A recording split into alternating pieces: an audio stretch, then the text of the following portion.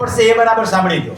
Farmer રજિસ્ટરમાં મુખ્ય તકલીફ એ પડશે કે આધાર કાર્ડમાં જે નામ હશે ને એ જ નામ પ્રમાણે 7 નંબરમાં નામ હોવું જોશે, નહીંતર કોમ્પ્યુટરનું ડબલું સ્વીકારશે નહીં.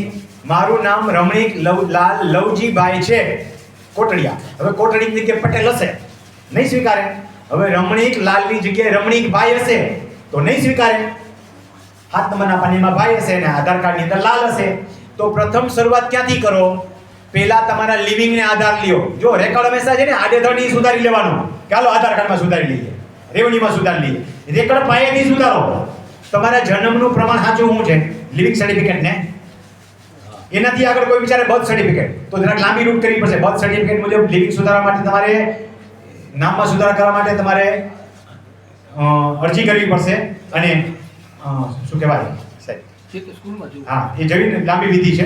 એના કરતાં લિવિંગમાં જે નામ છે એ પણ આધાર કાર્ડમાં નામ કરી લો.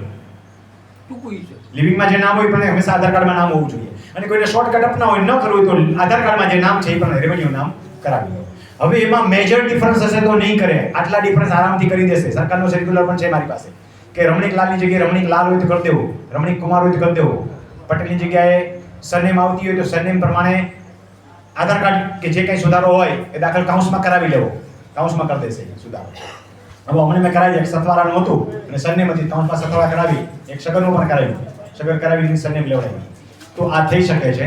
ન ખબર પડે તો કોઈ એડવોકેટ પાસે કે કોઈ જાણકાર પાસે જઈને કરાવી લેજો, કારણ કે ફાર્મર રજિસ્ટ્રી એના વગર થશે નહીં.